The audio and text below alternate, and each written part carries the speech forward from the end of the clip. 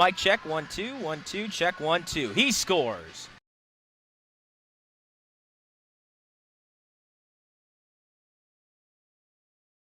Check, check, check.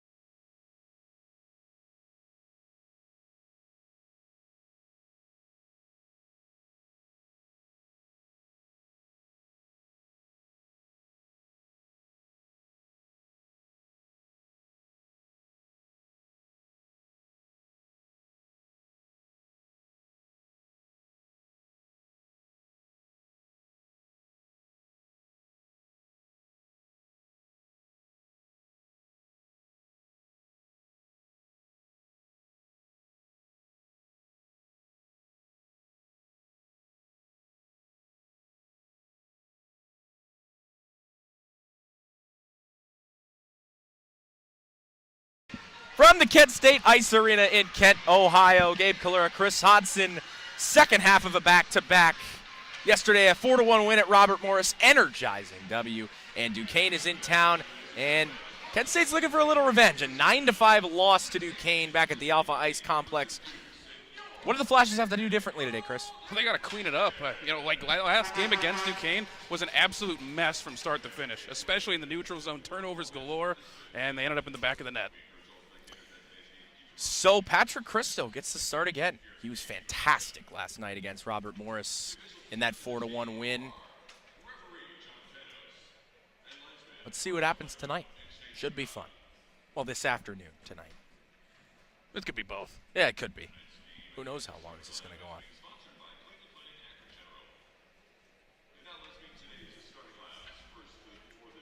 Take you to our Honda starting goaltenders.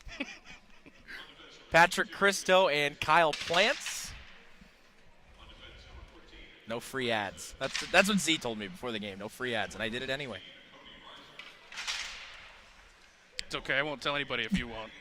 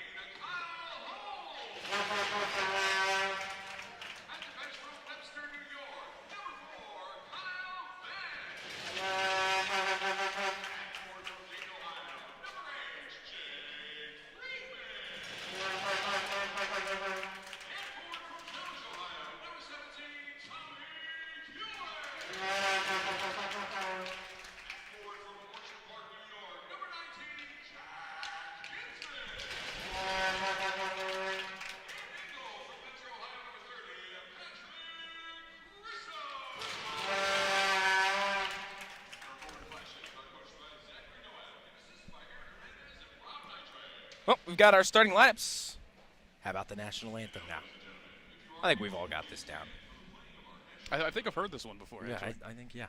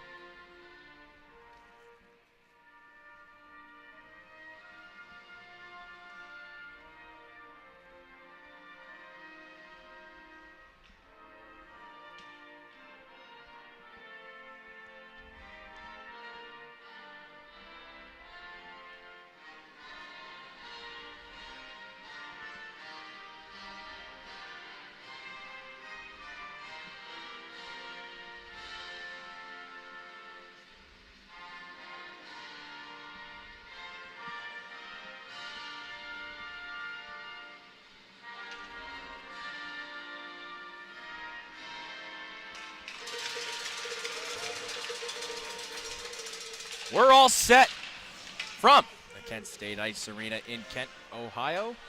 Looks like we're getting the national anthem again. Getting encore. This back-to-back. Kyle Plants gets the nod for Duquesne. Peter Ciolis will back him up. As for the Flashes, we mentioned it's Patrick Christo again, coming off a great performance against Robert Morris. Big divisional win, looking to make it 3 straight are the Golden Flashes. Let's talk about Joey Gallo a little bit. He's got goals in back-to-back games, 3 in the last 4. He's centering a line with David Rankin and Kyle Baxton, and that line's been pretty effective. Absolutely. I mean, if anything, they're getting into the goaltender's face. Every time there's anything going on after the whistles, Joey Gallo's there. He's in the middle of everything going on, and he's a big momentum generator for this team. Always fun to watch. Here's a face-off at center. Nico Martucci will take it with Jack Kinsman, and we are underway from the Kent State Ice Arena. Kyle Holmes sweeps it across to his partner, Kyle Vent. The Kyle pair is revived once again, and this comes back towards the near corner. This is Holmes. Sends it to Vent. They play catch in behind their own net. Thrown ahead to Kilway, tips it through. That'll drift all the way down and will be an icing. So we get our first stoppage with 19:36 to go in the first period. Well, already a little bit of an error there. If you were with us for our trip to Duquesne, you know that game was a bit of a disaster piece on the side of the Golden Flashes. Turnovers galore, big mess. Nick Beck did not have his best outing and ended in a, 9-5 victory for Duquesne. Flashes definitely have to be better than that here tonight. Here's a chance for McNamara down low, and a save made by Cristo. The rebound, they score! It's Brian Butler. Duquesne draws first blood just 32 seconds in, and the Dukes lead it 1-0.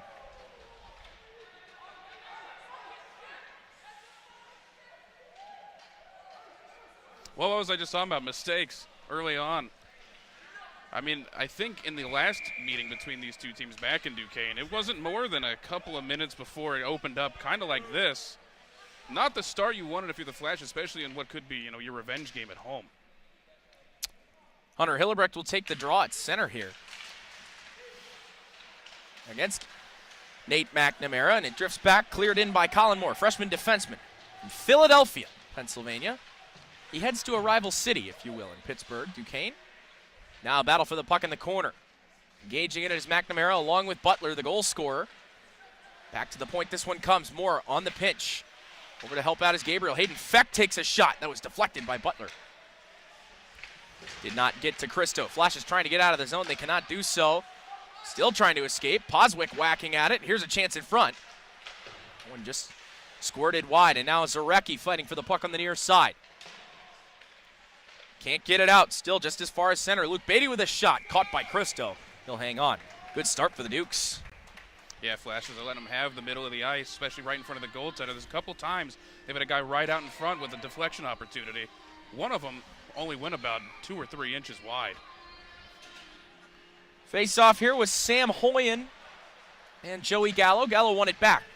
Looking to escape the zone. Ahead it comes to Baxton. Baxton gets it as far as neutral ice. Rankin is able to bunt that one ahead. This is the line that we mentioned in the open. Rankin, Gallo, and Baxton.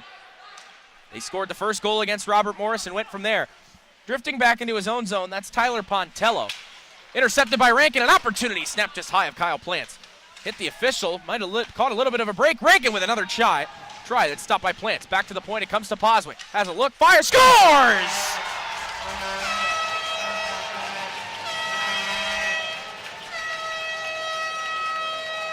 Looked like it might have been deflected, but for now it stands. Mitch Poswick and the Flashes even this one.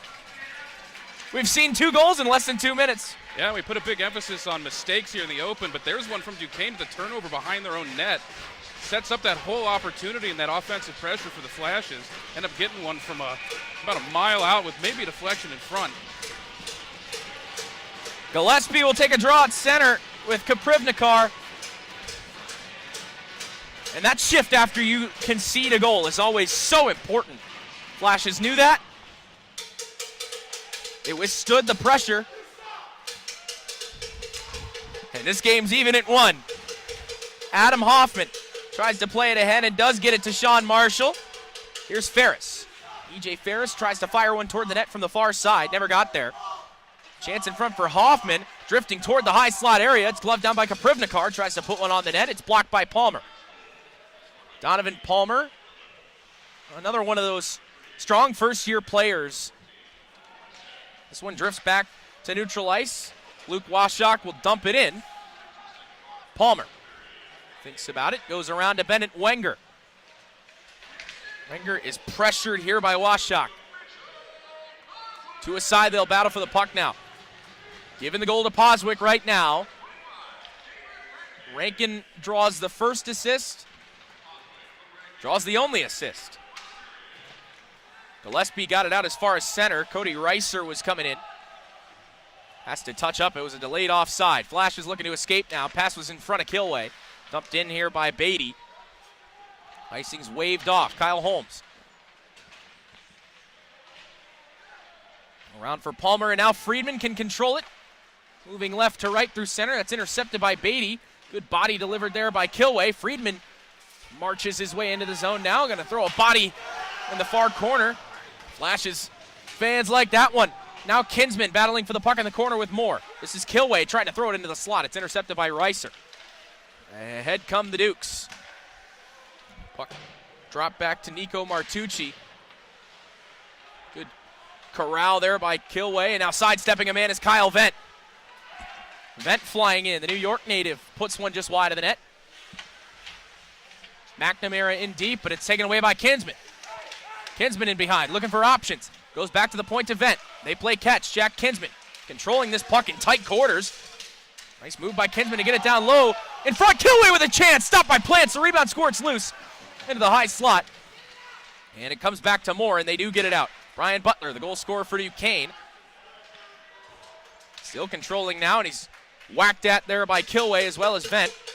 Feck throws it for McNamara. Back to the point it comes. E.J. Pohl thought about it. Said sends it deep. Kyle Vent, and a big hit. Big collision between Friedman and I believe that was Butler there. Yes, it was. Shot from Pohl, stopped by Christo. And Vent gets it out. Now it's a foot race. Zarecki and Hoffman racing for this puck. Zarecki tried to wrap him up. Puck's still in the zone, but Hoffman's going to be able to march this one out now.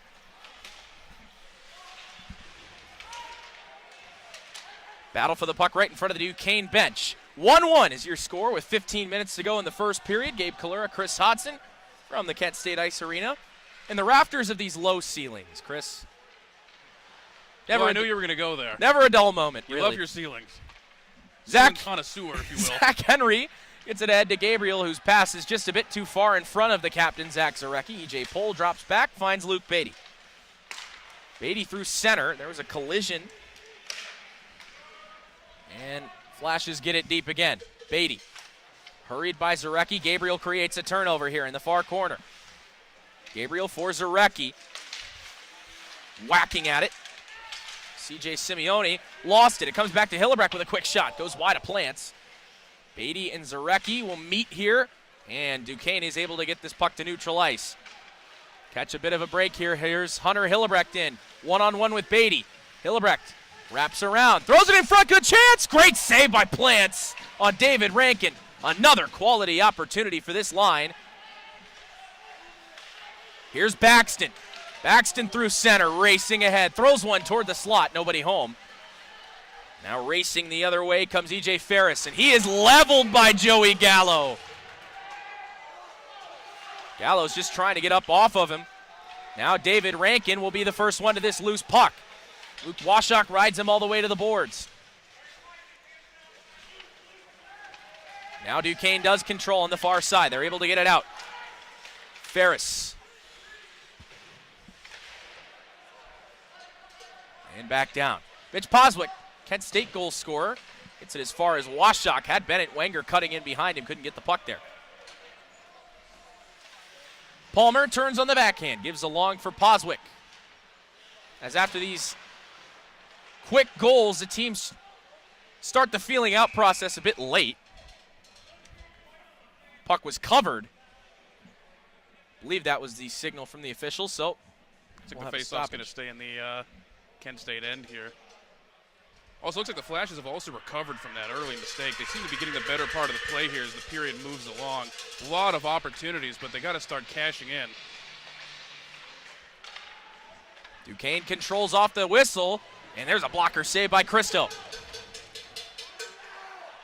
Wenger spinning on the backhand, throws it to Gallo, who just turns and wheels one in. That's going to be icing.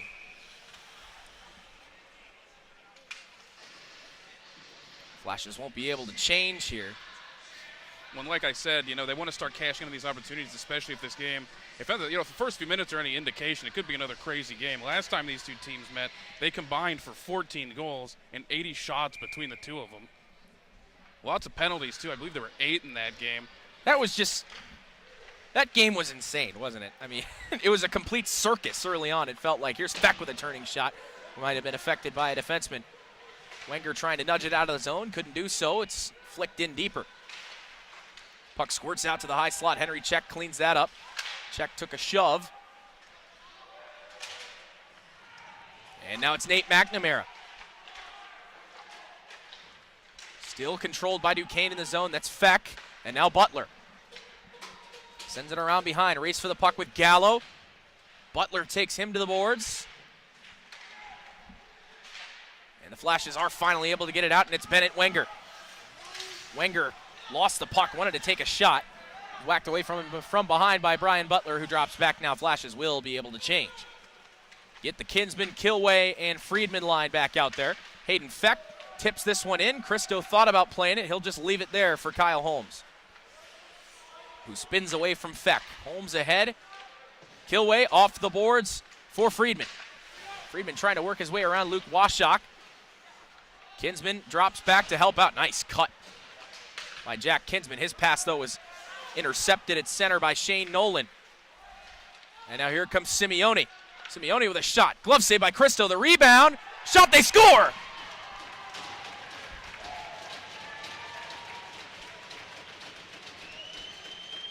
Duquesne reclaims the lead. It was an initial shot taken by Simeone that was affected in front of the net and eventually whacked home by Sam Hoyen. Yeah, it's another goal that comes from right up in front. Flash has got to find a way to keep Duquesne's offense out of that slot area and away from their goaltender to prevent opportunities like that. So Duquesne back in the lead. Could we see a game like we saw last month? Time will tell. In front it comes for Gabriel. Gabriel was affected by Washok there. Gabriel protecting on the near side. It comes back to the point. Henry with a shot deflecting, just going wide of plans. Hillebrecht is going to be the first one to the puck. He's taken all the way to the wall by Hoffman. Back it comes for Washok. Henry gets it toward the net. Tip by Zarecki. Chance for Gabriel with a shot. He scores!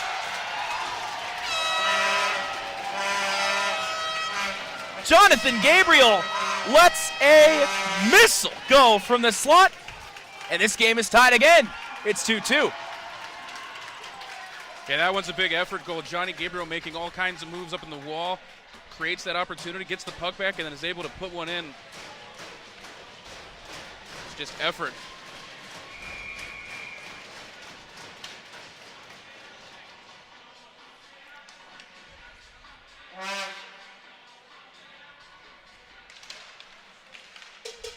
Two to two is the score with 10:53 to go in the first period. Brian Ostershell turning on his backhand, trying to get this puck out of the zone, and he did get it as far as Rankin. David Rankin's rocking a new twig today. His stick broke yesterday on a pass. It was really an unfortunate play. Saw a lot of broken sticks yesterday. It was like a yard sale. Yes, it was. Ostershell through center. That's past the waving stick of Rankin and will be an icing. We get a stoppage with 10:28 to go. You know, Gabe, I don't know what it is about when these two teams get together, but it just seems like all sense goes out the window. We just get all kinds of wild goals, wild plays. You know, forget everything you know. Yeah, absolutely. I mean, yesterday we saw a total of 5 goals. Most of them came late. We've already got 4, and it's the first period, 10 minutes in. Drive from Beatty, he scores! Make it 5. Now we've got 5. I think that's one Patrick Christo's going to want back.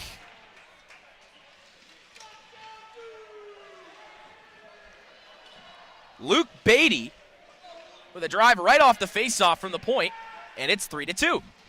Duquesne. Yeah, I don't know what it is, but when these two teams get together, the defenses stay home. It's like all fundamentals go out the window. I don't know what it is. It's just crazy hockey. Reiser. And now Poswick drops back. Poswick pressured there. Pressure that came from Joseph Reinbold. Get our first look at him this year. Did not play in the game in Pittsburgh.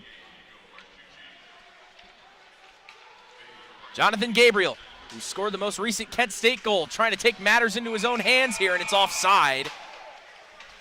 Much to the frustration of Johnny Gabriel. He was flying. He had something going there. I think they might be taking him to the box. Maybe not. Looked like just an offside. Yeah, I think they're just keeping the offside face-off's going to stay just outside the zone. Face-off won by Hillebrecht.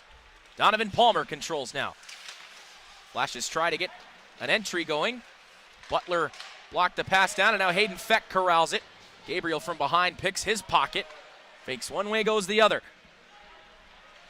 Gabriel backhand pass ahead for Zarecki. Quick one touch back for Hillebrecht. They come in onside. Hillebrecht taken all the way to the wall by Hoffman. Butler pressured by Henry Check. And now it's Poswick. Lets it go from the point. Blocker saved by Plants. Had a Duquesne man down right in front of their net. Looks like that's Adam Hoffman. Didn't quite catch what happened there. I didn't see that. I don't know if he took a stick up high or the puck hit him.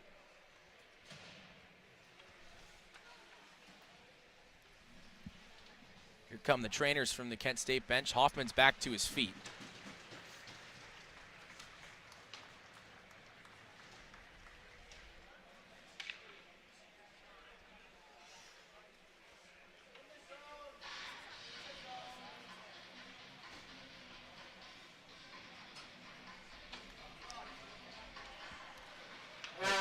Seems to be okay as they're showing the Kent State training staff the door.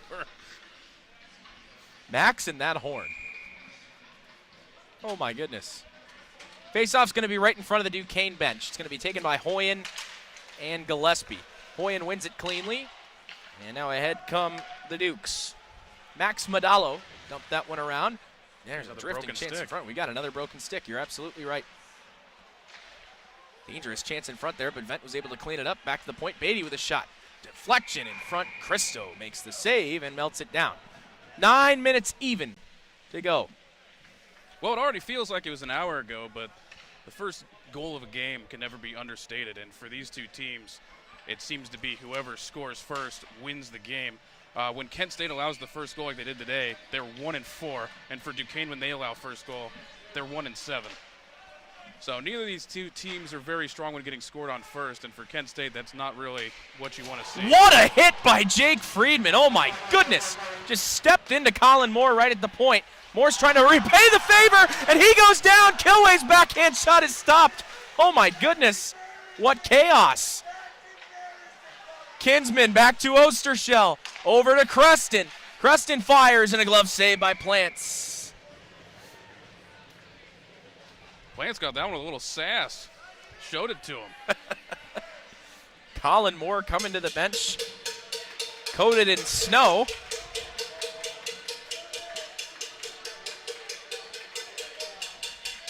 So I talked about, scoring the first goal. Duquesne, when they score the first goal, are 6-3. Just thought I'd throw that little tidbit in there. There you go.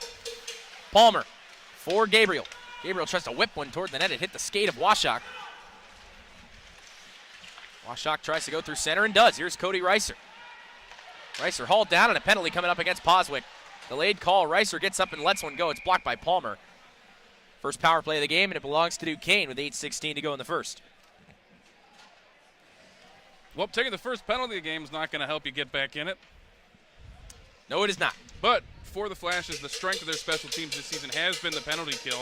With strong last night, been strong all season. They got about a 95% on the kill. Did surrender a power play goal last night. Took back-to-back penalties. And they got a lot of work last night in some important areas as well.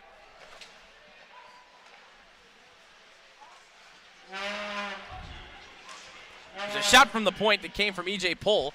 Would not go.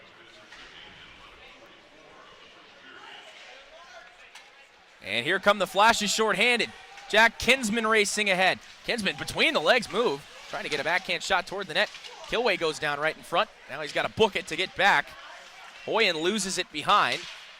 All kinds of tied up Duquesne is right now trying to escape their own zone, but McNamara can finally clean it up. And he hits the skate of Jack Kinsman. Kinsman hauls him down. Goes down right on top of him. So we play a little 4-on-3 for a second here. They're playing a game of leapfrog at the blue line.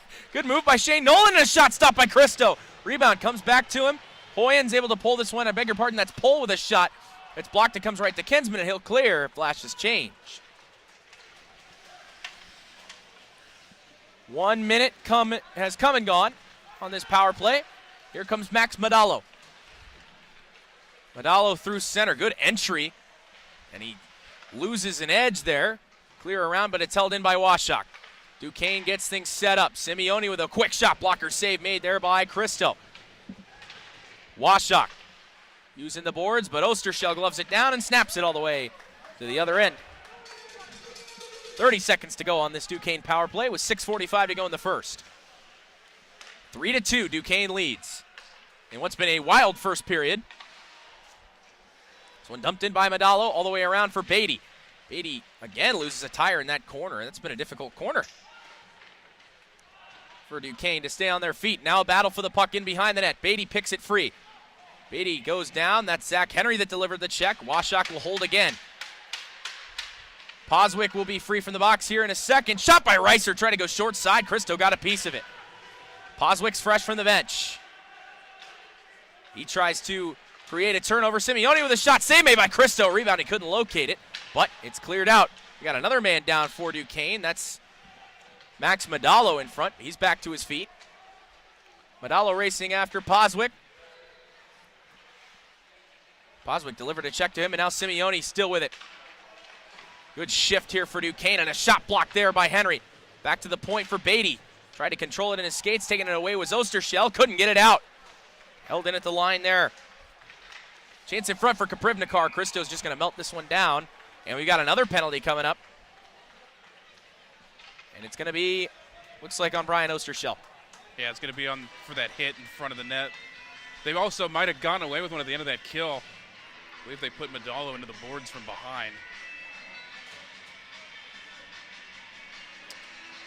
So right back to the kill the Flashes will go. And a Duquesne power play that I can confidently tell you is 0 for 1 tonight. Yeah, and they're about 20% of the season, this Duquesne power play. Most of their, well, actually half of their power play goals have come at home, so they got an even spread between the two. This is Kyle Vent. Got it as far as Zarecki. They couldn't get it out of the zone. Shane Nolan's going to drop back. Nolan takes a hit from Vent. McNamara drifting. Low to high, it comes to Pohl, who lets a wrister go, and a blocker save made by Cristo, and he freezes it. Well, one of the things I'm starting to notice that's sort of carried over between this game and the last time these two teams met is the Flashes just getting stuck in their own zone and having a lot of difficulty finding a way out. A lot of errant passes that get picked off and generate even more pressure. They got to find a way to clean up that play and clean up their transition game as a whole here. Faceoff comes back to Sam Hoyen at the point. He'll go deep. Poswick cuts it off. He's pressed to the wall there by Nate McNamara. Trying to fish that loose puck free, and Poswick does. He's pressured from behind, but he races ahead, 2-on-2. Uses the boards to get it deep. Here is E.J. Pohl. Minute 10 to go on this power play. 4:45 to go in the first period. Duquesne leads at 3-2. Gabe Kalura, Chris Hodson on the call here. Kyle Plants is just going to leave this one behind off the clear. Racing ahead comes Max Madalo. Goes cross ice for Luke Beatty. They break in. Beatty tried to let a shot go. It went wide. Simeone corrals it and gives it back for Washak. Down low. Low to high in the slot. Comes back to Beatty for a drive, and that one goes well wide. Cody Reiser will be the first one to it. Battle for the puck in the far corner. And it does squirt free eventually for Madalo. Back to the point. Beatty. Beatty shoots it. It's blocked by Kinsman. Simeone turning. Fires, and a save made by Cristo. Couldn't corral the rebound. Simeone fishes it free again for Washak.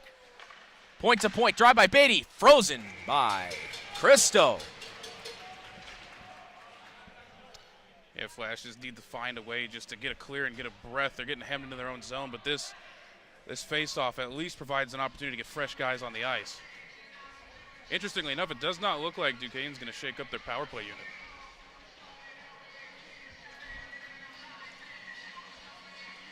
Face-off here between Zarecki and Simeone. It was won by Zarecki. Tried to get by Beatty, couldn't do so. Henry trying to use the glass to clear that one out. We'll be even in 5 seconds. Washak nearly lost it in his skates. Zarecki was trying to pick it free. Ostershell's now fresh from the bench. Henry ahead for Ostershell, who's able to redirect it just along for Zarecki. Racing in after this one is David Rankin. Luke Beatty wants to get a breakout started for Duquesne. Beatty just going to carry it all the way in. Good work by Luke Beatty. Tries to toss one toward the net. It hit the skate of Kyle Holmes, and around it comes for Poswick. Rankin sends this one skyward. Glove down by Gallo. Gallo took a hit but spun off of it. Holmes back around for Rankin. Cut off, though, by Kaprivnikar, and a drive from Sean Marshall that just goes wide of the glove side of Christo. Rankin with a collision there, but here comes Baxton. Quick shot, saved by Plants. Big rebound, glove down by Gallo. He tried to whack one home. Couldn't get it on the short side. Vent, point to point, Holmes for Rankin in the slot. Rankin fires, and a blocker save made by Plants. More great work by this line of Baxton, Rankin, and Gallo. Some sustained pressure. Pole takes a hit there from Gallo. Rankin keeps it in again, and Baxton now. Baxton wheels it back to the point. Holmes fires. Headhunter gets the glass. Back it comes for Vent. Tries to throw one toward the net. It's off the skate of Adam Hoffman and cleared down, and that will be an icing.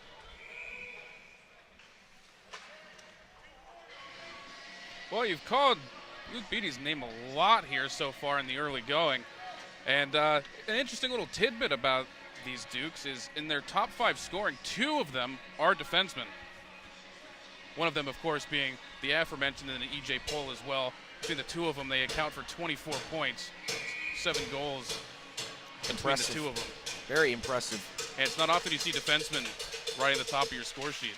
Unless you're the San Jose Sharks right now, right? This puck is loose. Whacking at it was Gabriel.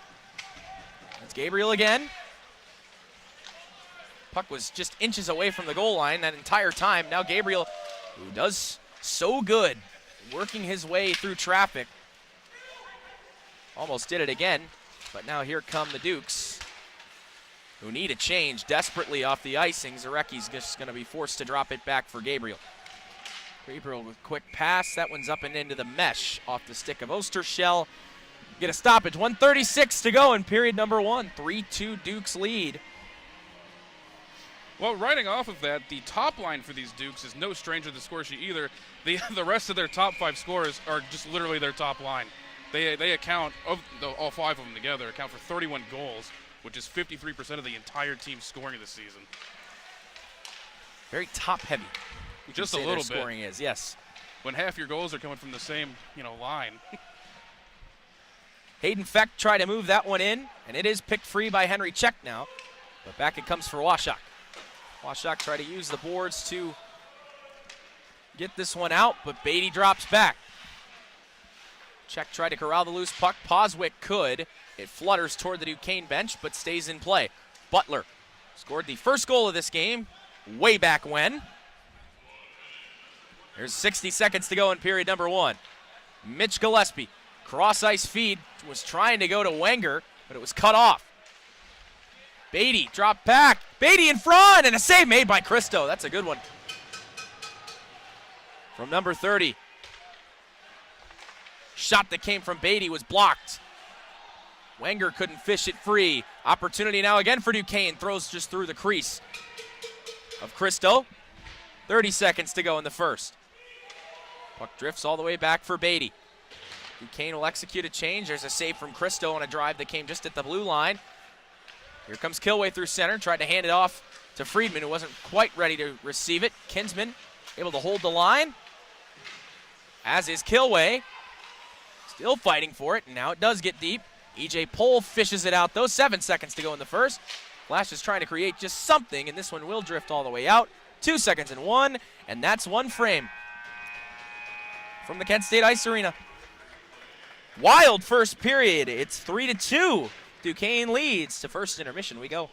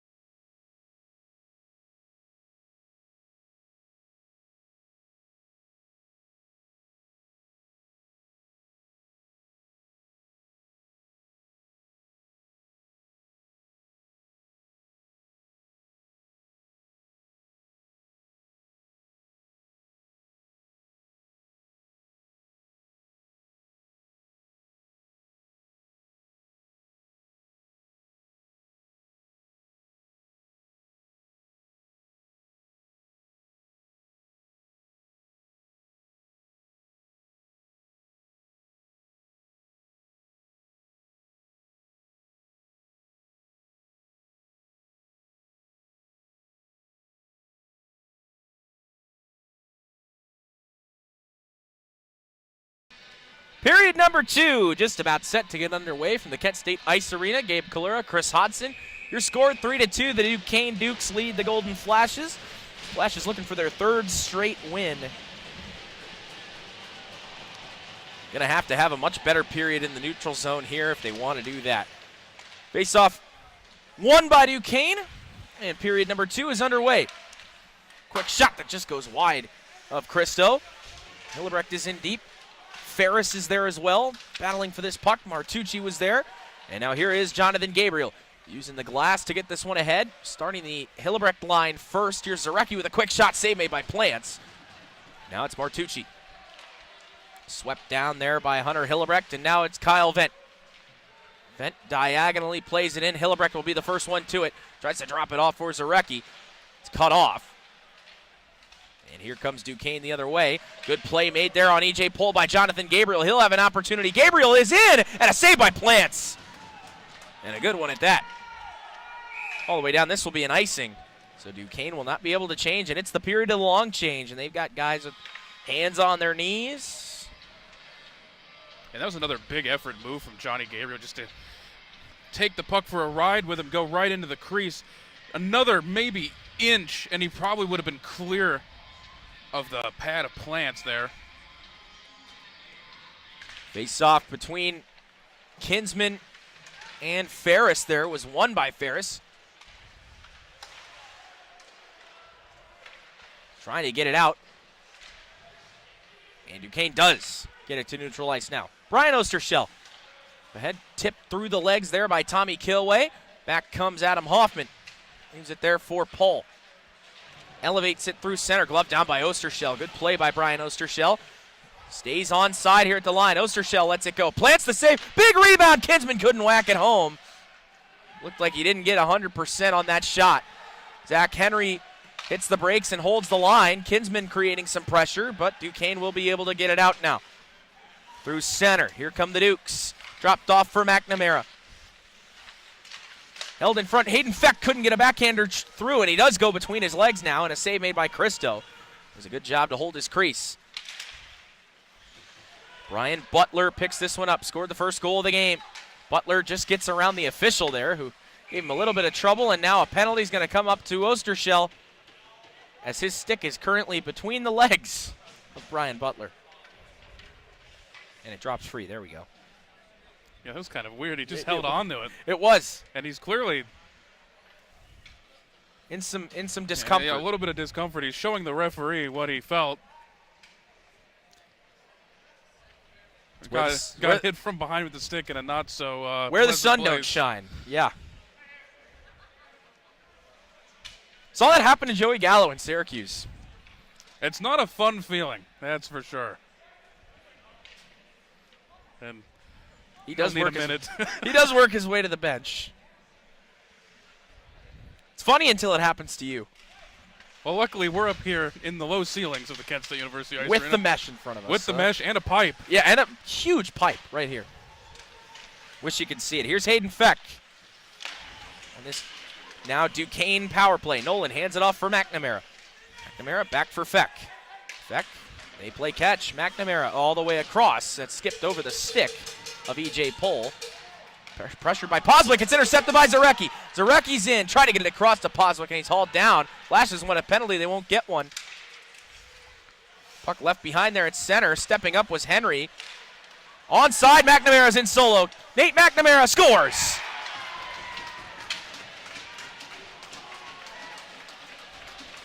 A breakdown in the neutral zone. A pinch from Zach Henry created the turnover. Well, a breakdown's a little bit of an understatement. Flashes have 4 shorthanded goals this season. They might have thought they had a chance at another one there. Had a full 2-man pinch on the defense and ended up just skating past the offense for the Duquesne Dukes, and 4 guys get in alone. You don't see a 4-on-0 very often. And they beat Christo 5-0. Didn't really have much of a chance there. That was quite the breakdown defensively at neutral ice. And we talked about it at intermission. It just feels like when these two teams play each other, the neutral zone becomes no man's land. It's very bizarre to see it. In stark contrast to last night, Robert Morris was here, a top 30 team in the nation, and the Flashes handled their 1-3-1 in the neutral zone like a book. I mean, it was almost perfection in the transition game, but tonight looks a lot different, doesn't it? Creston's able to work his way around one man. It's 4-2 Duquesne now. Creston was trying to go coast to coast. Here's a snapshot that goes wide. David Rankin turns and wheels one, try to get it deep. Couldn't do so, and now dropping back is Zach Henry. Rankin. See if this line can make any sort of difference. They've been strong in the last couple. Laid offside on the Flashes here as they're executing a change. Snap pass through center, was kicked down by Kyle Holmes. Flashes look to get something going in transition now. Vent snaps one ahead. Gabriel, shoulder was delivered there to Sam Hoyen. Came from Kyle Vent, and now ahead comes Zarecki. Captain crisscrosses with Hillebrecht, hands it off, and a shot goes wide. Zarecki turns and stuffs it in deeper. Gabriel doing some good work. In front for Zarecki, a backhand try, and a save made by Kyle Plants. Kept the paddle down, made the save. Icing is called here. Well, we talked a little bit about that neutral zone and kind of how I was, doing some research last night on Robert Morris's neutral zone play. So I've been looking at Duquesne's here, and I don't really see what it is that gives the Flashes such an issue. The Dukes are playing like a 1-2-2 where they have one forward being aggressive and then two at the blue line and then two at the blue line and two in the red line. They just can't seem to break through the first three. Here is Zarecki. Obviously, the idea is you might want to get some pucks in deep, but if you can't even get past those first three guys, it doesn't matter. Now here we go. Another opportunity. Here's Simeone with a quick shot that was affected by Mitch Poswick from behind. Gabriel in on this loose puck. Two aside, they'll battle for it in the corner. Sam Hoyen will corral the puck now and work it back to the point. Hillebrecht delivered a check. Here's Reiser, but it's taken away by Gabriel. Works his way through traffic so nicely as he always does. Gabriel, curl and drag. Just got it poked off his stick, but he corrals it again. Gabriel with a quick shot and a save by Plants. No rebound, he'll hang on. There's not a lot of synergy here with the Flash's offense as they move across the red line. It seems like they try to make it a one-man effort, and if it fails, they either turn the puck over or just go for a desperate pass, and a lot of times the pass doesn't get where it's going or it handcuffs the recipient, and they just they end up going the other way. Bit sloppy at times, you could say the offense has been. Colin Moore, good to see him back on the ice after he took a big hit from Friedman. Gillespie tries to work it in front to Wenger. The pass just went through. Dropping back is Gillespie. He controls it now. Henry got it ahead for Wenger. And trying to break out of the Flashes, but they can't do so. Having to drop back is Creston. Creston snaps one ahead. Corralled by Czech. Henry Czech gains the red line, dumps it in. Moore dropping it around. And the Flashes corral a loose puck. Czech with a shot. Save again by Plants. Well, another element of importance added to this game. It is a divisional game. For those of you that were with us last night, Robert Morris was in town. Flashes won. Got their second win in a row, and that moves them up in the division. However, last night Duquesne also won, and they've got a 2-point lead on these Flashes. They would have to win this game to leapfrog West Virginia and tie up Duquesne. Whereas for Duquesne, a win here moves them 1 point behind Robert Morris since they stayed stationary last night. Quick shot off the faceoff from Friedman is frozen by Plants. Of course, it's worth noting Robert Morris is back in action today. They're playing West Virginia. I believe they're on the island. So that'll be a factor as well. Robert Morris wins, they obviously pull further away. But these divisional games are big. We're almost halfway through the season here. And Robert Morris is a team that's a lot better on the road. Or on the at home. It's not a friendly building. In fact, I'm not even sure that they allow away fans on the island. Tough place to play. Robert Morris is a tough team to play. Though they're consistently a top 30 team, right now they're just outside of that bubble, but that's on a bad day. Kinsman will take a draw with McNamara and win it. Puck was loose, and now here comes Duquesne. They corral the puck after losing the faceoff. Backhander toward the net that came from Butler was turned aside by Christo. Here's Vent trying to get it out of the zone. Friedman takes a shove there at Luke Washok. Vent plasters his man to the boards and then to the ice. Vent trying to get away. Butler comes over, and another shot stopped by Cristo, and we've got some extracurriculars after the whistle here.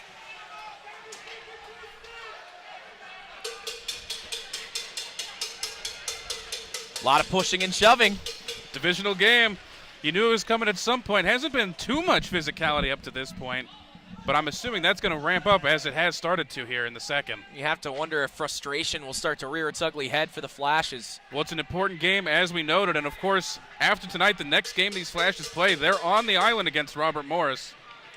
So another divisional game after this, and that's their last divisional game until the end of January. So these games, you know, it might only be November, but they are increasing in importance quickly, and the Flashes are currently on the bad end near the basement in the division. Need to find a way to turn it around. They haven't won 3 games in a row yet this season.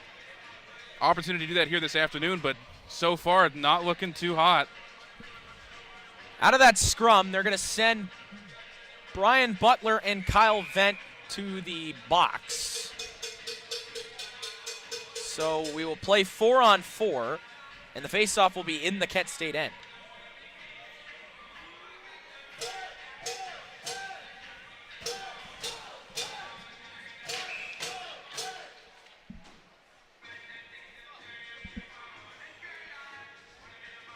Faceoff's going to be taken here by Hunter Hillebrecht and Hayden Feck. Feck wins it clean. Back to the point. Works its way around. Poswick closed off there by McNamara, trying to fish that puck free, but Hillebrecht does. Uses the boards to get it ahead to Jonathan Gabriel. He's got some speed. Moving ahead is Gabriel, protecting the puck. Hits the brakes, goes down in a heap. He's able to somehow corral this loose puck from his knees, though, and work it to Hillebrecht. Good high effort play there by Johnny Gabriel. Now to a side, they battle for it in the corner. It's eventually fished out, and that one came toward the outside of the net. Kyle plants, it looked like it surprised him a little bit. Hoffman loses an edge there. Puck just really pinballing around in behind the net, and finally it's fished out.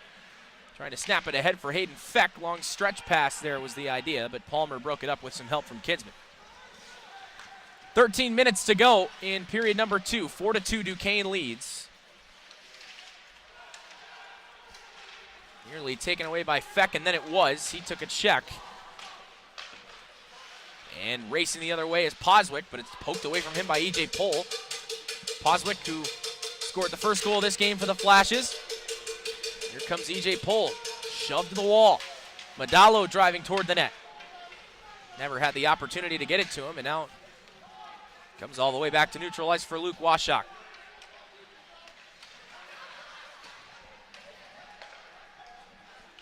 Duquesne breaks in once again. Cleared in behind Patrick Christo's net. Sam Hoyen is there.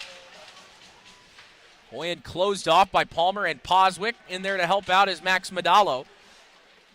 Now it works its way to Zach Zarecki. Flashes captain, peels back. 15 more seconds of 4-on-4, then Vent and Butler will be released from the box. Zarecki 2-on-2, he leads a charge ahead with Kinsman. Tried to cut inside, had it taken away. Good work by the defense there from the Dukes. Kinsman intercepts it at neutral ice. Back to 5-on-5 we go. Offside, waved off. Butler tries to get one toward the net. It's blocked by Ostershell. Washak from center. Swept aside by Christo. For Zach Henry, who loses an edge in behind, and that's going to result in a turnover. And then stepping on the puck was Brian Ostershell. Just a comedy of errors in their own zone there. But here comes Tommy Kilway with speed. Backhand try, and that one just flutters wide. Try to go far side. The blocker of Plants. Drop pass by E.J. Ferris was cut off, and now here's Kinsman. Kinsman with a quick shot, blocked by Beatty. Kinsman gets it toward the net again, and another save made by Plants. Back the other way comes Duquesne. Marshall back into the slot. An opportunity that came from Kaprivnikar went wide. Collision between Kaprivnikar and Kilway. And here comes Tommy Kilway. Tries to flip it in deep, and it's gloved down. That's part of what Duquesne has done to keep the Flashes from getting any sort of sustained zone time. Try to get the puck deep, just glove it down. Gallo doing some good work here. Dumped in by Friedman. It'll just be scooped up by Plants and held on to with 10:26 to go in the second. Well, the Dukes seem to have picked up on the fact that the Flashes are just getting overly aggressive, trying to find a way to buy a goal back. And in retaliation to that, they're just kind of throwing the puck behind the Flashes D, making them have to turn around and chase it. And it's worked out in their favor. Flashes have almost, no air right now. Cody Reiser will get this one. And another clean breakout there for Duquesne. They seem to be escaping their own zone very easily, too, as there's a quick shot that got the glass behind Cristo on a shot that was blocked by Vent. Controlled in the corner. Back to the point. Thinking about it. And it comes back now to Reinbold, who shot it wide. Good play made by Baxton there to take the puck back. Holmes ahead for Rankin. Rankin, saucer pass ahead to Baxton. Baxton tried to get it to Gallo. The pass was cut off, though. Here's Reiser. He's got Shane Nolan flying with him. Nice move by Reiser. He moves in. Dips his way around Donovan Palmer. Tries to drop it off. It's cut off, though, by David Rankin. Rankin, cross-ice pass, was looking for Baxton. He lost an edge as well. Hoyen, Duquesne's offside.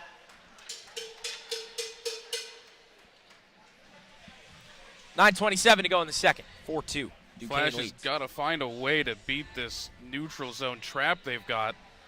I mean, the red lines could very well just be a brick wall right now, and you probably wouldn't see much of a difference. Just no answer. Face off at neutral ice, won by Hoyen. Seems like Duquesne's been dominating the dots as well. As you said last night, we don't have the luxury of live stats up here.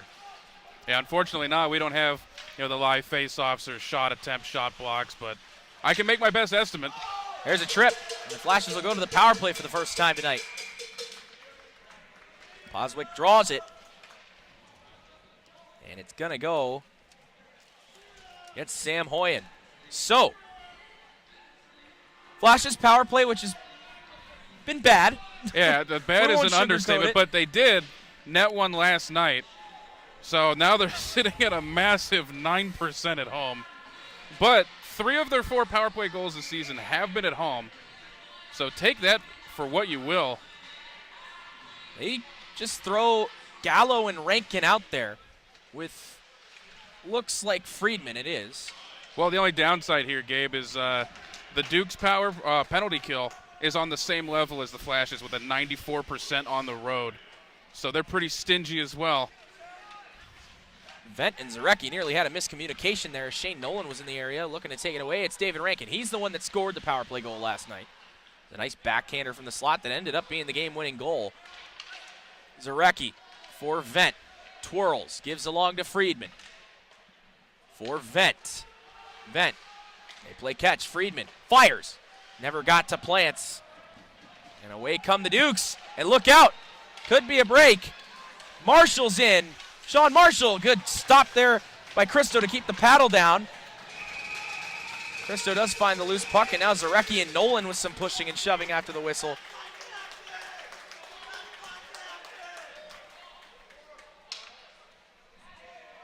Cristo froze.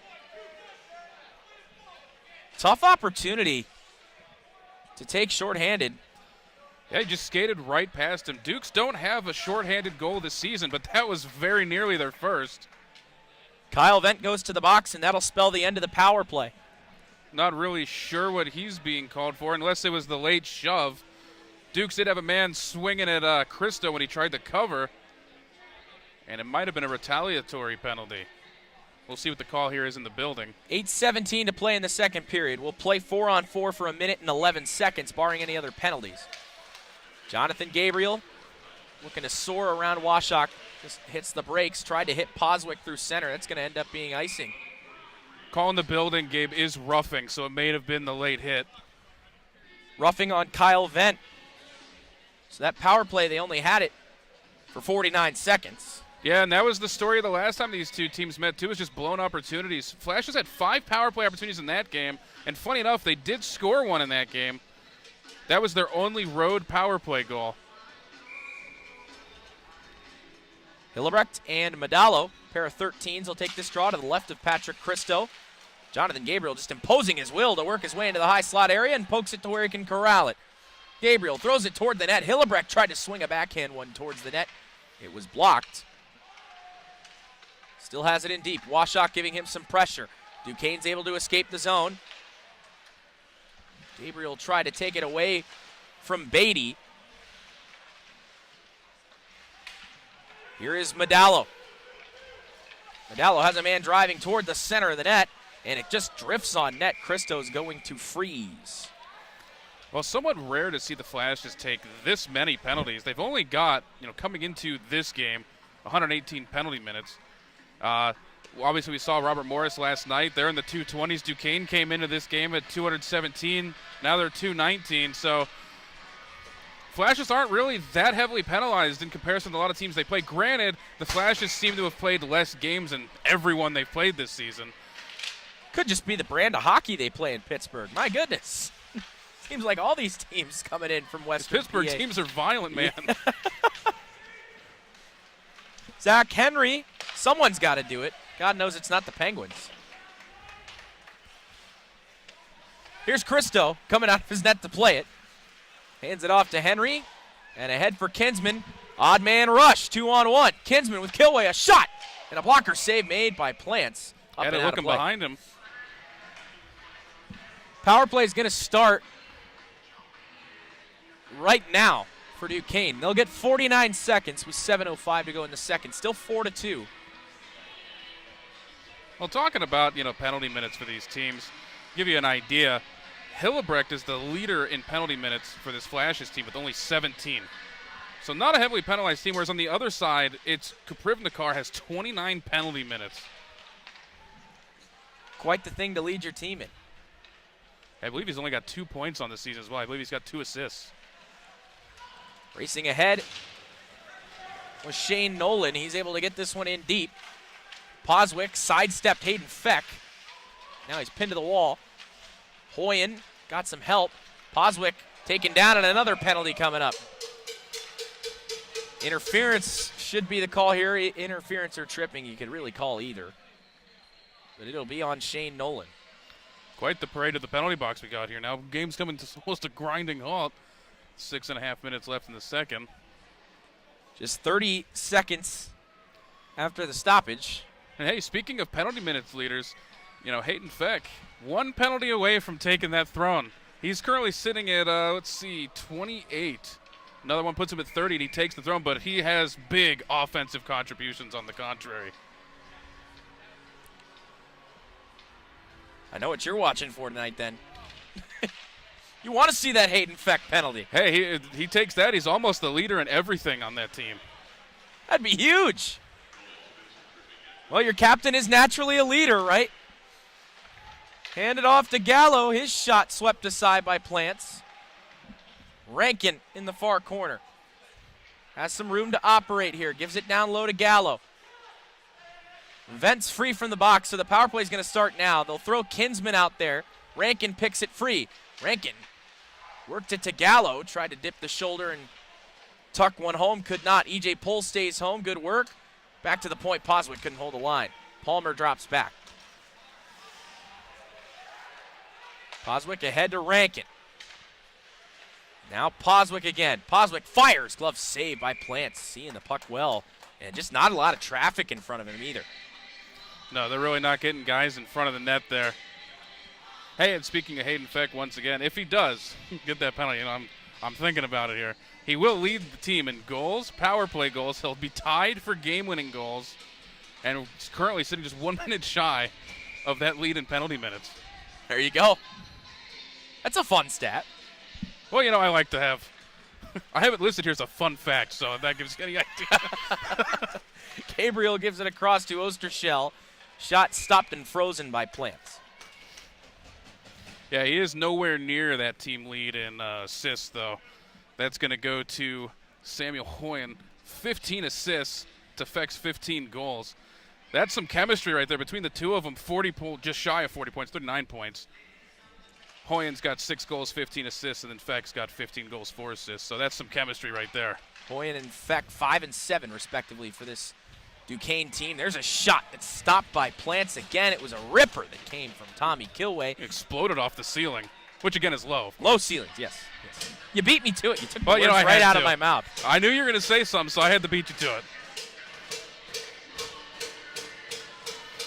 Flash's student section trying to cheer home a couple goals here.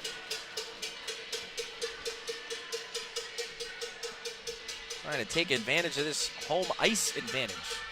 Yeah, not many home games left to go this year. Not many, no. Only 9 on the entire season, if my memory serves me correct. Hillebrecht will take the face-off. Of course, as you spelled it out for the Flashes, there's a clear. Next game's against Robert Morris at the Island, and then a back-to-back against a top 10 team in the country, the Ohio Bobcats. That's December 9th and 10th down in Athens. Both on the road. That's going to be a tough weekend. Here is Hillebrecht. Sends it around. 30 seconds to go on this power play for the Flashes, which was abbreviated. Ostershell back to Gabriel. Fakes his shot. Gives it to Kinsman. Kinsman whips it. It just goes wide. Hits the glass and sails all the way back down. Peter Ciolis was trying to wave it a little further on the bench. Don't know if you caught that. Gabriel sidestepping a couple of guys at neutral ice. Once again, Flash is struggling to break through. That's Sam Hoyen, your Duke's leader in assists. Back to even strength we go. Here's Zarecki flying through center. Hands it off to Kinsman. Whips one, and it's blocked by the stick of Luke Waschak. Up and out of play. 4.5 to go in the second. Well, these messy on and off penalties and power plays and abbreviated opportunities are not doing anything to help the Flash's power play in the stats department. Holy moly. You got it out eventually. Oh, yeah, my first language is gibberish, so my English is only my second language. Face off to the left of Plants here, which will eventually happen after we finish arguing. A lot of discussions during these face-offs. Yeah. E.J. Pohl snaps it ahead. McNamara trying to kneel away from a check. And Hayden Feck hands it off to Pohl now, who soars in through center. E.J. Pohl in the slot. McNamara scores! Second of the game for Nate McNamara. Cristo had absolutely no chance on that one. Nobody in that slot area covering that pass. Wide open. Blast one home. 5-hole again. 5-2 Duquesne with 4:14 to go in the second. And another goal for McNamara that goes 5-hole. It's like watching two entirely different teams between last night and tonight. Yes. Against Robert Morris last night, the Flashes were giving absolutely no space in the slot area, and tonight they're just nowhere to be found. Off the tie-up, controlled by the Dukes again. This is a team that just gives the Flashes a lot of frustration. If this result were to hold, the Flashes would be 1-3 against them in their last 4. Only win coming last year on the road in the final regular season game. A game that was started by Ben White. Corralled here by Baxton. Works it deep. Moore takes a shove from Gallo. Madalo will be the first one to it. Sends it down the ice, and this will not be icing. Waved off. Henry got there a little bit too quickly. Kaprivnikar coming in to help out. And he'll corral the puck now. Lost it in his skates. Held at the line by Waschak. Gets it from Marshall. In front for Kaprivnikar. But that was Madalo, I beg your pardon, who was cutting toward the net. Dumped by Baxton. Puck fluttering. And icing will be waved off. Flashes catch a break there. They needed to execute a change. 3 minutes to go in the second. 5-2 Duquesne. Reiser and Ostershell meet there. Wenger using the boards to clear it in. Henry Check on his horse to get there first. He's run into the boards. Hard collision there, and now flying the other way come the Dukes. This one elevated in just wide of Christo's net. Poswick just evades a collision there. Trying to send one toward the front of the net. Reinbold now. Works it in front. Quick shot. Went wide. Came from Madalo. Pole pinching. Takes a shove from Poswick. Reinbold works it to the point, gets it right back. Backhand pass. Opportunity now again for Duquesne from the circle. Shot that came from Reiser would not go. Palmer ahead to Bennett Wenger. Puck just a bit too far in front of him. Couldn't corral the pass. EJ Pole now. 2 minutes to go in the second. Drifting over is Hillebrecht. Him and Colin Moore meet. Poswick lost it. Opportunity again on a 2-on-0, and this one Christo makes the stop on. It's actually great save by Christo. He wasn't given much of a chance by his defense that disappeared in front of him again. Just another brutal turnover in front in the defensive zone. Oh, it's not the first time this game he's had a multiple guys on O opportunity against. And there he was just, with the patience of a kindergarten teacher, just waited for the pass and was able to cut it off. Back to the point it comes, and a drive from Moore. Lost in the slot. Pass across to Nolan, who just hammered it wide. He had a wide open net. Yeah, I don't think Christo was going to get over for that one, but I think exploded up into the netting. Almost hit the ceiling. Yeah, we get more of all the small things here. And yeah, Blink 182. A song the Avalanche think they own, for those of you that watch NHL hockey. They really did claim it during those 2022 playoffs, it seemed. Well, it didn't seem. They did claim it. That one on net, and a huge stop by Christo. You need to calm down, Gabe. This is Holmes. You can take the positives where you can get them. Delayed offside. Gabriel's going to have to touch up here. 1:15 to go in the second period. Simeone using the backhand, try to get it deep. Kyle Holmes controls it. He's pressured by Hoyen, and another takeaway. Simeone with a quick shot. Swept aside by Vent. Got a piece of it with the stick. Hillebrecht coming over. Puck is loose. Hillebrecht uses his left skate to soccer it along. Tipped in by Zarecki, but EJ Pole would be the first one to it. Once again, the Flashes still just struggling to work their way through the neutral zone. Near turnover there, but Friedman couldn't corral it just enough. Nolan over for Feck. Hoffman slipped in. Feck in front. Tried to go to a cutting Nolan, but the pass was just a bit too far in front of him. Shot from Beatty. 30 seconds to go in the second period. Ostershell took a shove, and it drifts back. Friedman's going to win this foot race. Friedman fakes his shot, moving in, and Kyle Plants makes the save. Yeah, to be quick on that one, cut off the angle. And one of the things the Flashes have not been able to do that the Dukes have been doing easily is getting passes through the crease. I mean, they're getting cross-ice passes consistently. I mean, maybe no one's home on the other end, but they're constantly getting through the slot area to the other side. Puck just out of the reach of Zach Henry. 15 seconds to go in the second. And shoveled along, and that's going to be a hand pass, which is not legal in any zone in ACHA hockey if you're not familiar with the rule. Of course, in the NHL, a hand pass is all right in the defensive zone, not here. Yeah, there's some interesting little tidbits of rules we've slowly been figuring out here. Like, I'm pretty sure there's no delay a game if you put in the netting in your own zone. Which is bizarre. Yeah, it's I don't know. It's kind of different. Different's the best way we have to describe it. Lots of small things. Hillebrecht with a quick shot. Stopped again. Hayden Feck couldn't quite get it out. And a whistle. What have we here? That is a great question.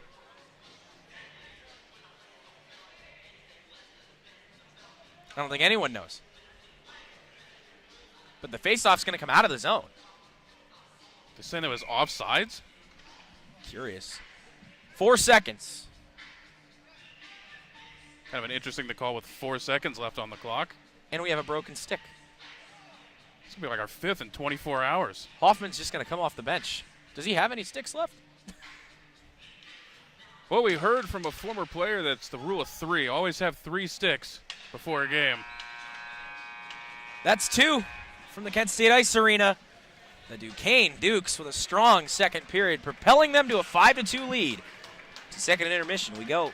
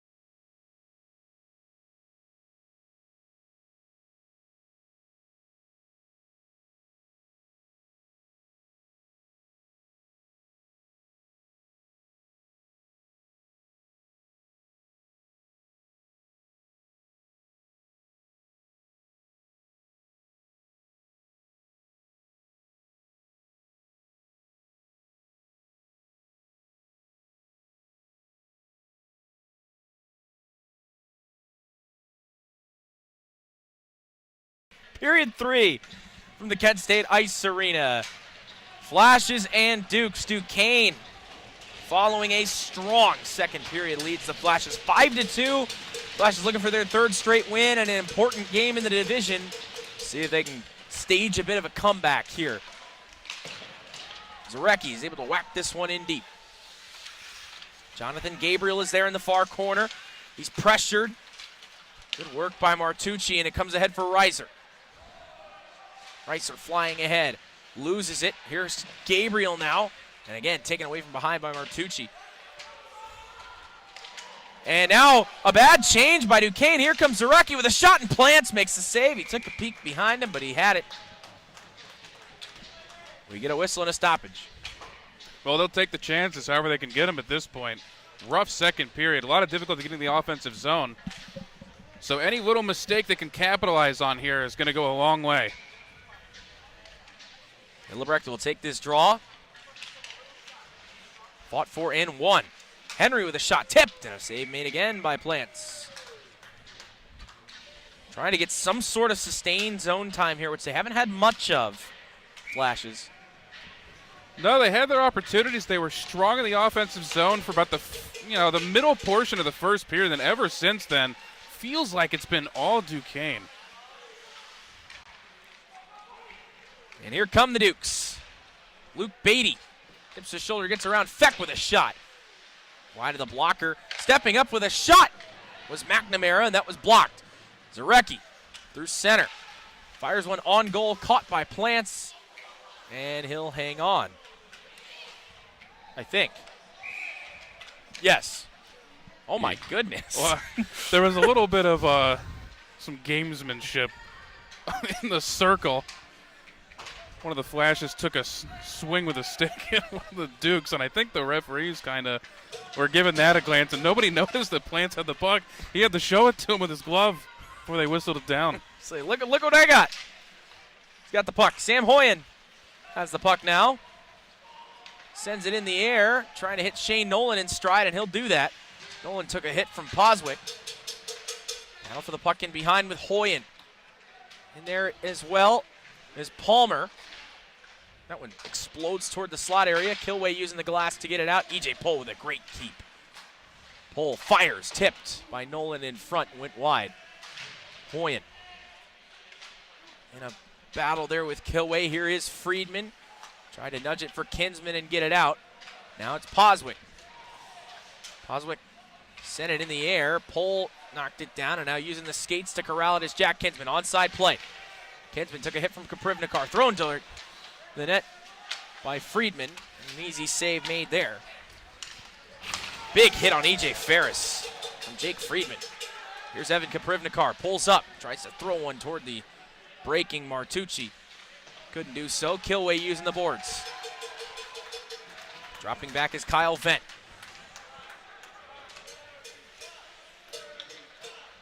Vent for Rankin through center. Using the boards, Luke Washok. And now ahead comes Kyle Baxton, offside. Well, that's certainly not going to help you get chances when you finally do break through.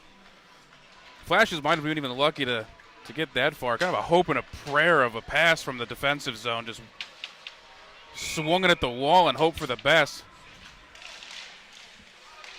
Tie up, Gallo goes down. Duquesne able to get it as far as center. Here's Ostershell. His clearing attempt hit Martucci. And here's Cody Reiser. Stepping up on him, Zach Henry delivers a check. Dropping back is Ostershell. Waving at it with the glove there is Reinbold. And this comes all the way back. Washok fires it on goal. Christo will leave it behind for Henry. Henry, long stretch pass to Rankin through center. Rankin breaks in with check, onside play. Rankin fakes it, fires, and a save by Plants. Rebound corralled here by Nate McNamara. McNamara gets tied up. Henry steps up. And now Colin Moore sends it all the way down. And that will be icing Christo was coming out to play it, and then he realized, oh, shoot. I think that's going to be icing. Yeah, I think he's been looking for opportunities to move the puck. Obviously, he doesn't want to freeze it at this point because he doesn't want to give the Dukes an opportunity to win an offensive zone faceoff. So he's just looking for ways to keep the puck moving and try to help his team transition out. Probably not a good feeling as a goaltender to kind of watch your team just be jammed in the middle of the rink the entire game. Yeah. Trying to find any way he can to help his team get back in and put a stamp on the game. Another strong performance here in this building from Kyle Plants. Plants has been strong every time we've seen him. Still haven't seen Ciolas yet. We won't this year. This is at least unless there's a playoff game. Who knows? Anything can happen. But barring that, this is the last meeting between these two. Ciolas, an NCAA transfer.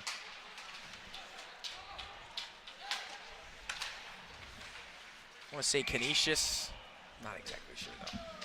Just about a mile off signs on that one. Just a bit. That was Hayden Feck that tried to corral it.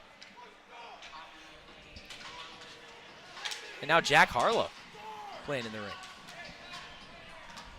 That's a choice.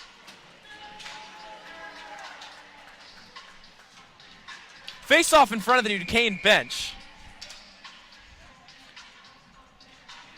McNamara will take it with Hillebrecht. McNamara wins it cleanly. Goes across to his partner, E.J. Pohl. Sent skyward and off the corner boards. Gabriel. Battle for the puck now. Zarecki couldn't quite corral it and break out. McNamara has it knocked away, but it comes back to Washok at the point. Washok fires. Tip. Rebound. And a sliding save made by Christo. Back in front, and the shot goes wide. I don't think he saw that one. I think it went wide. Washok. And back in it comes.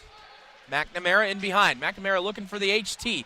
E.J. Pohl thought about letting one go, didn't do that. Brian Butler, who also has a goal tonight, chances in front. And here comes Johnny Gabriel now. 2-on-2, they break in. It's Zarecki and Gabriel. Gabriel trying to slide his way around E.J. Pohl. Couldn't do that. Everybody just hit the deck all at once. And that's off the mooring. Took a long time to whistle that one down. It's off the mooring pretty early in the play. All four of those guys that were racing in ended up on their backs. Yeah, I think half of them took an opportunity to try to put the net back as well. I think I saw 3 of them go over there and play with the net a little bit. How many hockey players does it take to put the net on the moorings? More than 3. But less than 5. 4.5. I don't know. Another broken stick right off the draw. This one belongs to Jack Kinsman. It's been an expensive weekend. Yes, it has been. Kilway, pressured by Beatty. Kinsman just comes to the bench. Gallo is going to replace him. Kilway doing some good work. Gallo scoots in to take that puck. And eventually it is corralled again by Duquesne. Shane Nolan. Nolan goes diagonally. Hoyen's going to race in and get underneath it. Hoyen in behind. Back for Nolan.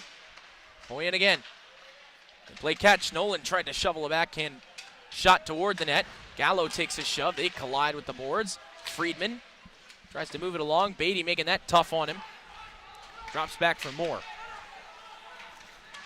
14.5 to go in regulation. 5-2 Duquesne leads. Gabe Kalura, Chris Hodson. Henry ahead for Baxton. He tips it in. Rankin will be the first one there. Rankin wanted to just go with a wraparound. Couldn't corral the loose puck, though. Beatty gets it out. That should be icing. And it will be.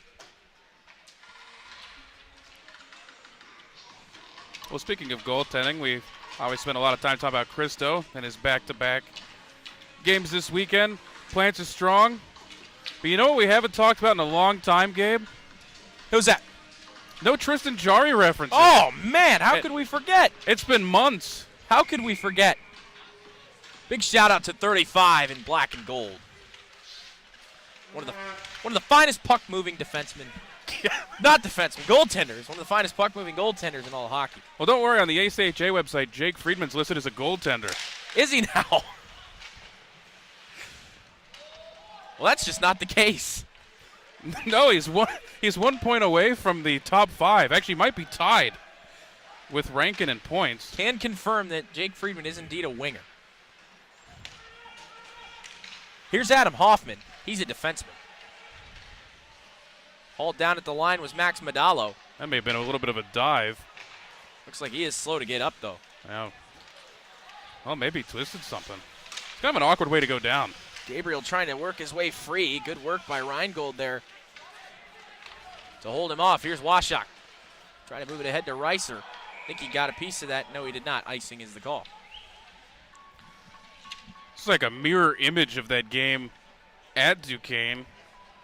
Duquesne kind of ran away from it at the end. It was kind of a mess of a game all around. They started taking a multi-goal lead, and then towards the end of the game, it stalled. Icings on icings, and no mercy for us up here. None at all. It's like they know. They want to make it worse for us. Dropping back is Palmer. Crushed by Martucci. Reiser in a battle now with Bennett Wenger along the wall. It works its way free for Donovan Palmer. Henry check. Gets away from some pressure. Check tried to move it ahead for Wenger. Couldn't do that, and now it's Reiser again. Had Reingold driving. And he's got it now. Cross was looking for Hoffman. It's cut down by Check. And sent skyward. It hit the ceiling, Chris. Well, you know they're low. It hit the ceiling. Shouldn't surprise anyone at this point. Well, no, they are low ceilings. Low ceilings here at Kent State Ice Arena. I'm sure anybody watching right now is really happy to hear about those low ceilings. Tune in for our next home game in January where we'll talk about the low ceilings some more. The low ceilings, yep. We'll talk about the low ceilings. We'll talk about neutral zone play. We'll talk about Tristan Jarry, of course. How could we not? Have to assume that some of these Duquesne guys know Tristan Jarry's game pretty well, being from, going to school in Pittsburgh. Well, they're pretty close proximity. They really are. I mean, a lot of the teams that Flashes play are in very close proximity. I mean, PPG Paints Arena is pretty much on the Duquesne campus. Is it not? I mean, I feel like it's about a block difference, maybe. I feel like I've seen the Duquesne logo when we go to those Penguins games. That pass just escapes Jack Kinsman. He would have had a good chance in front. Kinsman does get it free now and loses it. Hayden Feck races ahead. Feck poked away. Nice play made by Holmes. Feck does get it back, though. And it works its way to Kyle Vent. Vent's pass just a bit too far in front. And this is icing. Well, I got a fun fact for you, Gabe. Here we go, Chris. Hit me. Well, the top 5 scorers for this Flashes team account for 74% of their goal scoring this season. 26 goals between the 5 of them. And, of course, that's Kinsman, Hellebrecht, Kilway, Zirecki, and Rankin. 2 of those are rookies, Kinsman and Rankin. Yes. Big starts, kind of slowed down a little bit, but still hanging on to that top 5 in scoring. Seems like every team we play has almost double that. Of course, Luke Beatty, on defense for these Dukes, has 1 more point than Kinsman. So their bottom, or their 5th, is higher than our number 1. Granted, they played more games. They have played more games, but still, it's an impressive start for a defenseman. This is Nolan corralling in his ranking, getting it out as far as Hoyen at center. Delayed offside. Everybody tags up for Duquesne. They're going to enter the zone again now. Vent nearly turned it over, and it does work its way to Rankin. Here's Joey Gallo. Gallo with speed. Taken to the wall by Moore. Good closeout by Colin Moore there. Shot toward the net by Henry. Swept aside easily by Kyle Plants. Rankin. Rankin took a shove from Moore. Hoyen. Gets it out to Simeone. He's got Nolan with him. Simeone, curl and drag. Works it to Nolan. Never got a good shot away. 10:50 to go in regulation. Hoffman works it as far as Creston, who chips it out to center. Hoyen tried to whack it right back in. Creston stepped up. Zarecki tipped it in. Couldn't corral it, though. Racing in now is Max Modalo, and a great save made by Cristo. They've not made it easy for him. There's a big collision there with Creston and Washak.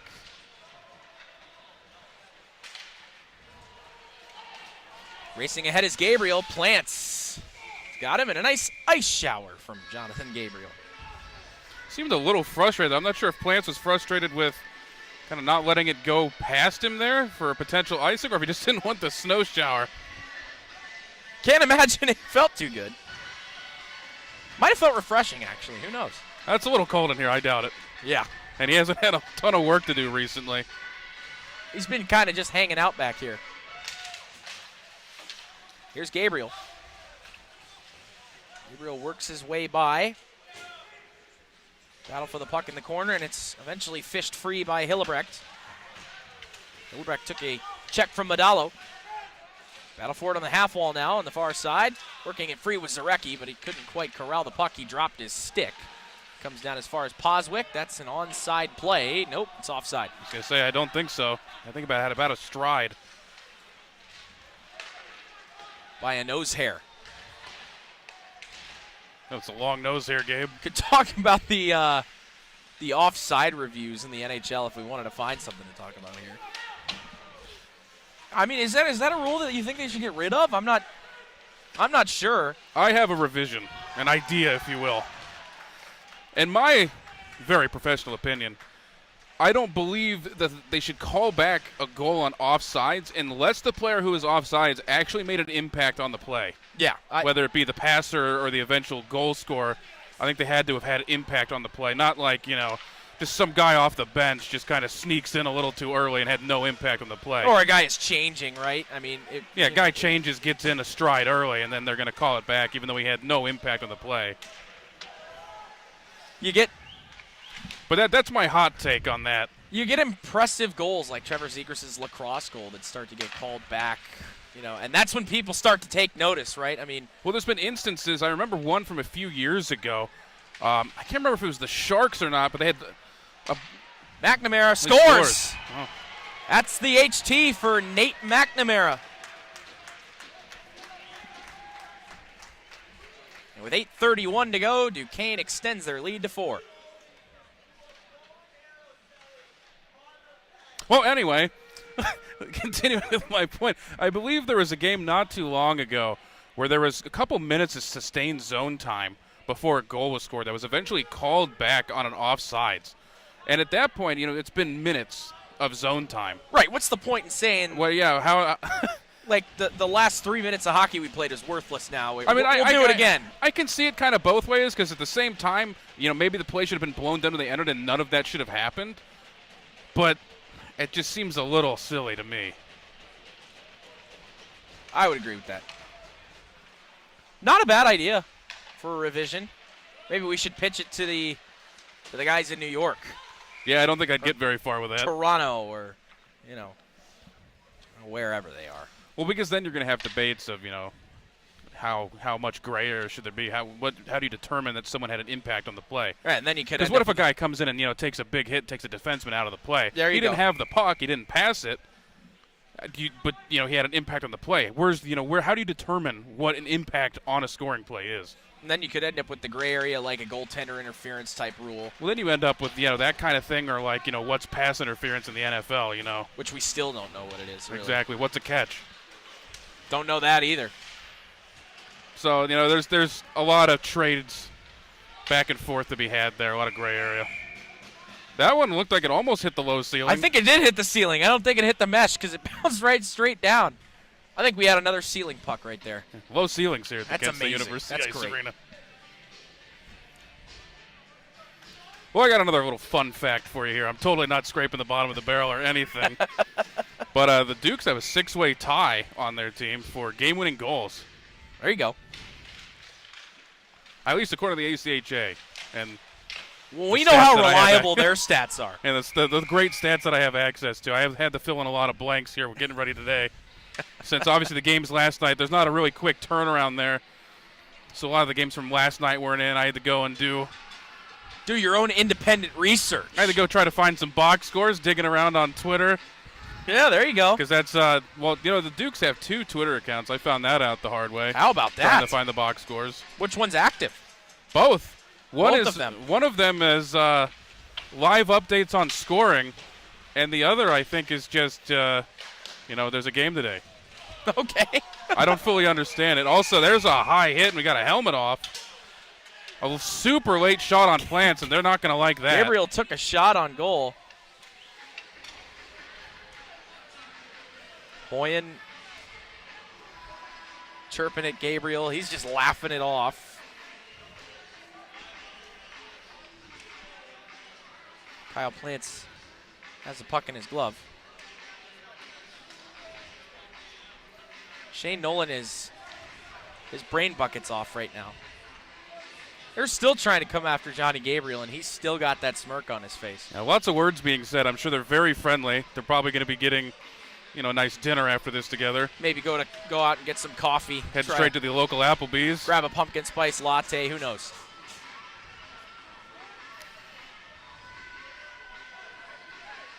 Duquesne's got 7 skaters on the ice right now. Well, everyone's got something to say. They don't want to be excluded from the dinner plans, Hoyen of course. and McNamara will come off. Gabriel's still giggling out there. 7:44 to play. Colin Moore takes a shove from Jonathan Gabriel, and all the way down it goes. No icing. Poswick gets there. He's pressured by Marshall. Moves it along, and here come the Flashes. Still can't even break out of their own zone. Max Modalo controls it, throws it in front, and they score. Sean Marshall. Well, that comes 100% off a bad habit the Flashes seem to have developed, where whenever they get an opportunity to try to chip a puck up ice, seems like they just assume it's going to get across the blue line and they all vacate the zone. And then usually, these Dukes have been in all the passing lanes, get a little deflection, and suddenly they're on their horses and the Flashes are caught outside the zone. It's happened multiple times, and that time directly led to a goal. They grabbed that puck. Might have been the first collegiate goal for Sean Marshall. Timeout Flashes. Use it or lose it. I think that's the idea for the timeout there. So, not sure. 7-2 Duquesne leads. Not sure what they're going to talk about with 7-2. 7:24. Unless they plan on scoring nearly a goal a minute here. Could finish those dinner plans.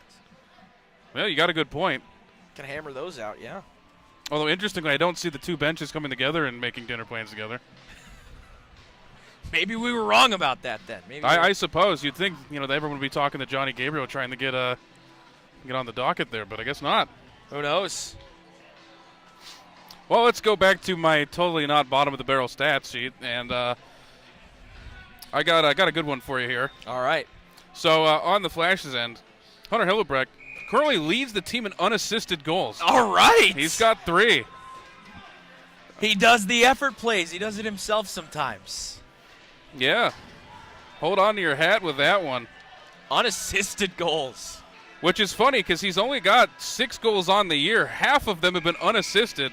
That's a great stat. There's been a lot of effort plays from some guys tonight, but just the chemistry for the whole team together has just not been there. We've seen a lot of effort from Johnny Gabriel. Kinsman's had some chances, but just all together it's just not meshing well. Synergy, I think, is the word that you used earlier. Haven't had much of it. Luke Beatty took a hit from Baxton, and ahead it comes to Vent. Reiser cuts this one off in the neutral zone, lets it fly, blocked. Holmes chips it up and into the mesh. We get a stoppage with 6:47 to go. We're going to do a grinding haul. Oh, yeah. Just like back in Duquesne. Awesome pace. Except this time with a little less of me hitting my head on a pole. Which was the highlight of that game for me. I mean, what a little area we were in there at the Alpha Ice Complex. It was a nice setup. It was Good a nice view. setup, yeah. It's a nice arena.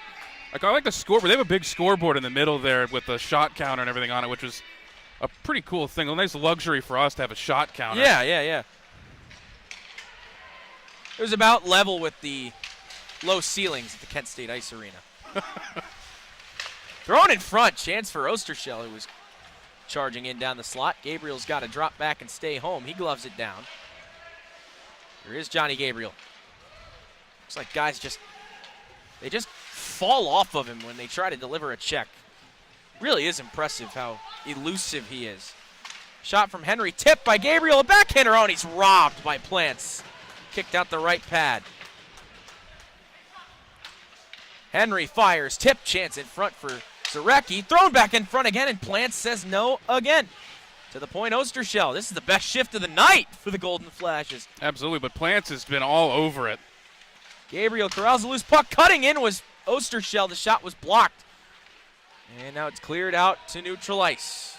Zach Henry sends it right back in. Awkward bounce. Wouldn't that have been an interesting? Reminiscent of that McCarr goal from the other night. Yeah. Henry throws it to the slot. Had Kinsman streaking in. Couldn't quite hit him. Hoffman picked his pocket. Did Kinsman. Here is Friedman backhanding one toward the slot. Kilway corrals the loose puck again. Kilway to Friedman. Back in front. Trying to get it to Kinsman, who was not ready for the pass. Palmer fighting to keep it in. McNamara clears it down. That'll be ice. That was the best collection of shifts we've seen all night. Yeah, but they're going to have to do something a little more exotic, I think, to beat Plants. He's been real strong with the pads, and they're not really getting a lot of elevation on him or changing the point of attack that well. He's been up to the task. 5:13 to go in regulation. 5 unanswered goals by the Dukes. Last year, the game was a lot closer here at the Kent State Ice Arena. A 2-1 overtime win for Duquesne is cutting in as Simeone. And that one's stopped by Cristo. A lot closer. It was a 2-1 overtime win. Steven Delia tucked in the OT winner. Delia no longer with the program, graduated. It was a heartbreaker of a game, but it was a real good game. It was a good game. Baxton fighting forward in the corner with Hoffman. Kaprivnikar comes in to help out.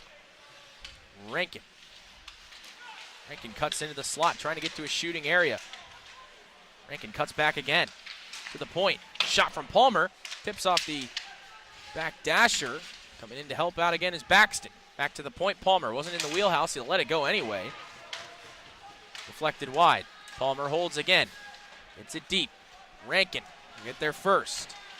David Rankin has it poked away by Kaprivnikar. Henry Check, fresh from the bench, just ran somebody over. And that's a textbook interference call. They really don't get any easier than that. That's just a silly penalty. Yeah, Flash is taking an uncharacteristic amount of penalties here today. And speaking of penalties, Nick Beck, Golden Flashes, only goaltender between these two teams who have taken a penalty, and he's got 4 penalty minutes this season. There you go. Nick Beck. Hoping to see him soon.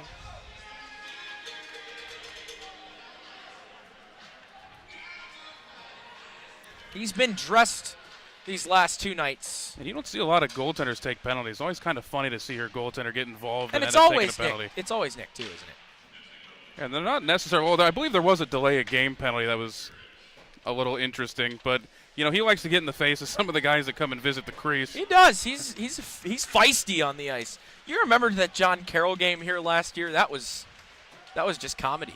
A lot of fun stories from Nick Beck about that game. Oh, yeah. And the chirping between him and the Blue Streaks.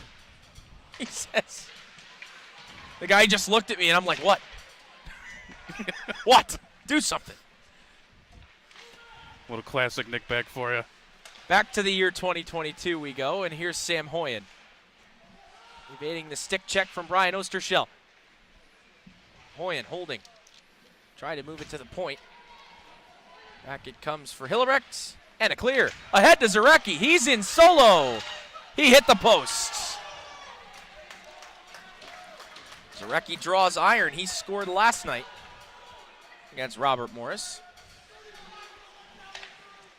Pull up ahead.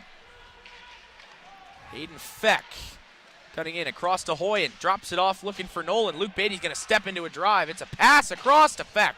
He snapped it wide. Took an awkward bounce off the dasher. Nate McNamara drops back, as does Luke Beatty. He's got the puck. Ahead to Feck. 2.5 to go in regulation. 27 seconds to go on the penalty to Henry Check. Washak up ahead. Losing an edge as he entered the zone was Modalo, and a Near. What a Not bizarre sure bounce. what happened there. Looked like a clearing attempt, and suddenly it's in the lap of Cristo. Whistle goes. I believe we have an injury.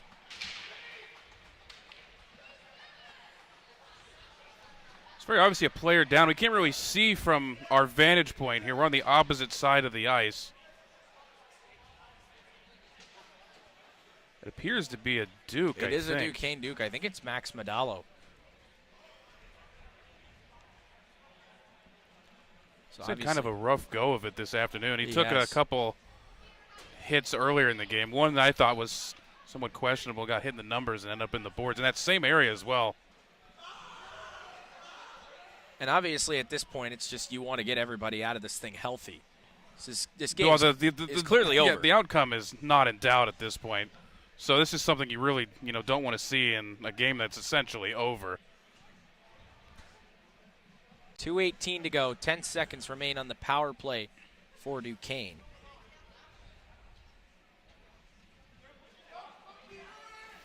Well, I know everyone at home is clamoring for another one of my fantastic little tidbits, but unfortunately, the barrel has been scraped dry. We have essentially exceeded the limits of my homework this afternoon. Kent State student section is chanting for Peter Ciolis right now. Much seems to the delight of the Duke's bench, who are all getting a good chuckle out of it. We're probably in earshot of Peter Ciolis right now. Well, we're not very far. We're about 20 feet away.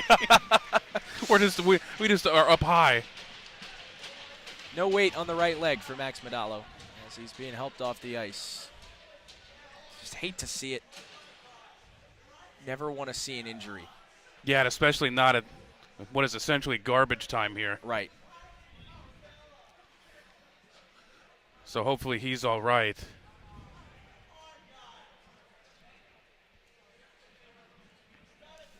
Thoughts are with Max Medallo. Hopefully he'll get to play again soon.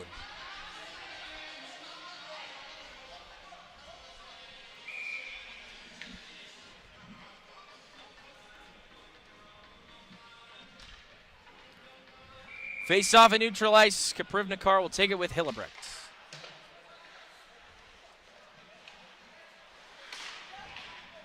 Cleared down by the Golden Flashes.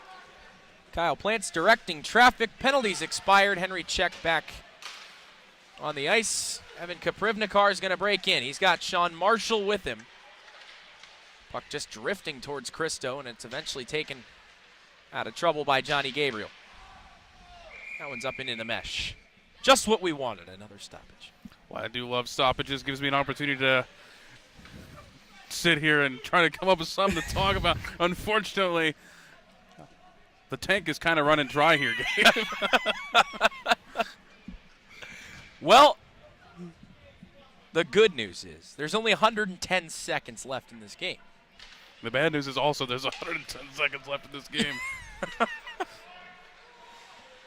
That's a glass half empty, glass half full scenario. If I've And ever that heard one's one. in the That's net. in the net.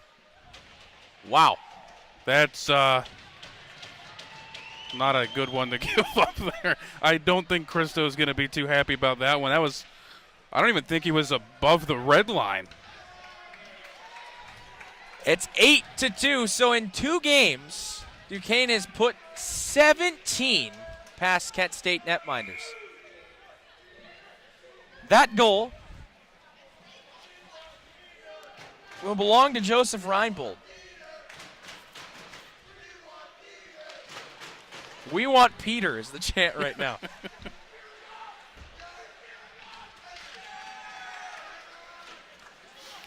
Yeah, I don't know what it is. Can't put my finger on it, but just something about these Duquesne Dukes. They've just got the Flash's number, unlike any other team they've faced.